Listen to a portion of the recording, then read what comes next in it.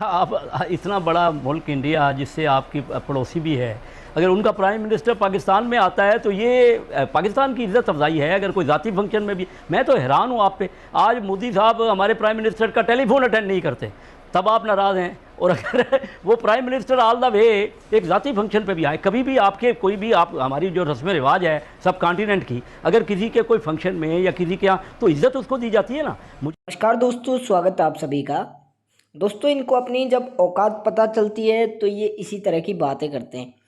तो अभी आप देख सकते हैं कि किस तरह जो ये बंदा है ये कहता है कि भाई तुम्हारी जो ये इमरान खान है इसकी क्या औकात है। इस टाइम मोदी साहब तो इसका फ़ोन भी नहीं उठाते हैं, ये औकात है इसकी। और इसको ये बार बार याद दिलानी पड़ती है हम लोगों को।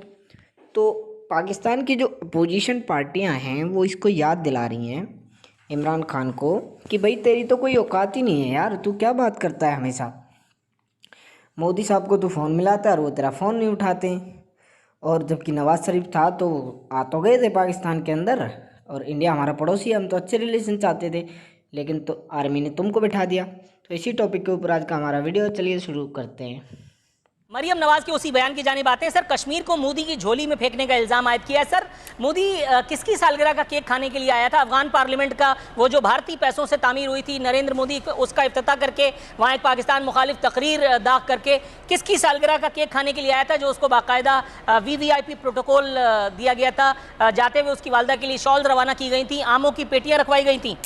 आप इतना बड़ा मुल्क इंडिया जिससे आपकी पड़ोसी भी है, अगर उनका प्राइम मिनिस्टर पाकिस्तान में आता है तो ये पाकिस्तान की इज़्ज़त अफजाई है। अगर कोई ज़ाती फंक्शन में भी, मैं तो हैरान हूँ आप पे। आज मोदी साहब हमारे प्राइम मिनिस्टर का टेलीफोन अटेंड नहीं करते, तब आप नाराज़ हैं। और अगर वो prime minister all the way एक ज़ाती फंक्शन पे भी आए, कभी भी आपके कोई भी आप हमारी जो रस्म रिवाज है सब कॉन्टिनेंट की, अगर किसी के कोई फंक्शन में या किसी के यहाँ, तो इज़्ज़त उसको दी जाती है ना। मुझे तो हैरानी है आपकी बात पे। इसमें कोशिश की गई कि बैठ के मसाइल का बैठे बगैर कभी कोई किसी मुल्क का मसला हल हो सकता है। ये बात जुज़वी तौर पर आपकी बात बिल्कुल ठीक है, शायद आपको हैरानी जुज़वी तौर पर दुरुस्त हो रही है।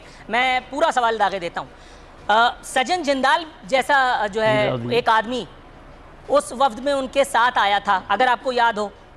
सज्जन जिंदाल को मरी की पहाड़ियों पर लेकर के और राजो न्याज हो रहे थे। सर, मेरा ख्याल है अब शायद आप समझ पाएंगे कि मैं क्या पूछना चाह रहा था। अगर प्राइम मिनिस्टर साहब को इतना भी नहीं बातचीत किसी से दूसरे प्राइम मिनिस्टर अपने यानी पड़ोसी मुल्क जो कि अनफॉर्चुनेटली आपसे उसकी मुखासमत है, आपकी उनकी एक दुश्मनी हो गई है, तो मामला तो तभी हल होंगे ना जब आप आपस में बैठेंगे। या कोई और हल मुझे बता दीजिए, और क्या तरीका है? या किसी मुसलमान मुल्क को डालेंगे बीच में, और या अमेरिका को बीच में डालेंगे। तो जो कुछ करें आप उससे सबसे नाराज़ हैं। ना खुद मिलें, ना अमेरिका की कोई हम कहें कि वो समझौता करा दे या चाइना करा दे या कोई मुसलमान ममालिक करा दे। तो मुझे कोई तरीका बता देना। आज 74 साल तो हो गए पाकिस्तान को बने हुए, और हम कश्मीर का मसला हल करना चाहते हैं। मैं हैरान हूँ कि आप अगर यही करते रहेंगे, एक दूसरे का मजाक ही उड़ाते रहेंगे, यानी प्राइम मिनिस्टर लेवल तक अगर वो हमारे मुल्क में आ गए और हमारी उन्होंने इज्जत अफजाई की, पर्सनल फंक्शन पे आए, उसके बावजूद आप कह रहे हैं चलो नहीं आए तो आप बता दीजिए, अब बात करके देख लीजिए। टेलीफोन तो उठाते नहीं है हमारे प्राइम मिनिस्टर साहब। और इन मुल्कों को चाहिए था कि इस शैतान को इस अमन प्रोसेस से दूर रखते,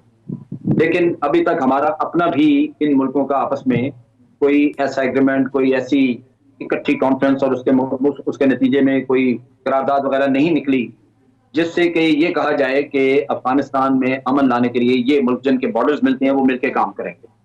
मसला ये है कि अफगानिस्तान को डिस्टेबलाइज रख के भारत हमेशा फायदा उठाता रहा और अब भी उठाएगा, क्योंकि जब कोई भी मुल्क वहां पे कोई भी मुल्क डिस्टेबलाइज हो और उस पर हुकूमत की रिट ना हो पूरी तरह, तो फिर वहां पे मुख्तलिफ दहशतगर्द ग्रुप वगैरह जो है वो अपना ऑपरेट करते रहते हैं, वहां से उनको अपने अपने जगह मिल जाती है अपने लिए। लिहाजा अगर यहाँ पे खाना जंगी जारी रहे तो वो बिल्कुल इस तरह कर सकते हैं कि ये वहां पे दहशतगर्द TTP वगैरह दाएश ऑपरेट कर सकें।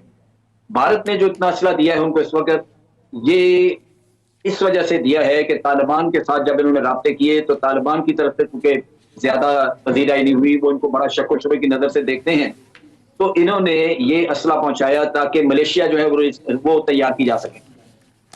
नॉर्दर्न अलायंस में मलेशिया के लिए वो अहमद शाह मसूद का बेटा कोशिश कर रहा है, इराक में इस्माइल खान लगा हुआ है। अब अगर वो मलेशिया खड़े कर लेते हैं तो हथियार कहां से आएंगे? हथियार भारत ने पहुंचा दिए। जब मलेशिया वहां बन जाएंगी तो फिर आप सोचिए कि खाना जंगी तो हो गई, क्योंकि तालिबान के खिलाफ अगर वो लड़ना शुरू करेंगे। असल चीज जो समझने की बात थी कि नेटो, अमेरिका, ये इतनी ताकतें 20 साल लगी नहीं तो तालिबान खत्म नहीं हुए। क्या अब मलेशिया बना लेने से तालिबान खत्म हो जाएंगे? वो तो नहीं होंगे। सिर्फ यही होगा कि झगड़ा तूल पकड़ेगा और वहां पे इंस्टेबिलिटी आएगी। अगर कोई मुखलिस हो अफगानियों से तो वो कहेगा कि जनाब हम किसी भी साइड को कोई असला नहीं देंगे, ना तालिबान को ना आपको, आप बैठ के बातचीत के जरिए अपना मसला हल करें।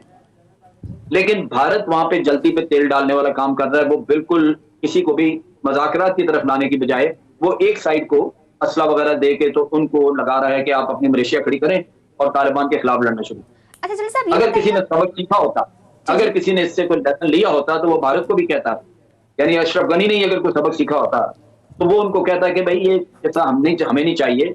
अगर अमेरिका तालिबान को शिकस्त नहीं दे सका इतनी ताकत के बावजूद, नेटो 40 मुल्क लगे हुए थे, तो हम मलेशिया बना भी लें तो क्या करेंगे, सवाए इसके कि खून खराबा होगा। तो ये अफगान खुद भी इस मामले में इंतहाई खुद गर्ज हैं कि अपने मुफादात की वजह से ये खून खराबा रुकवाने की बजाय उसमें कूद रहे हैं उस दलदल में। जल साहब, अगर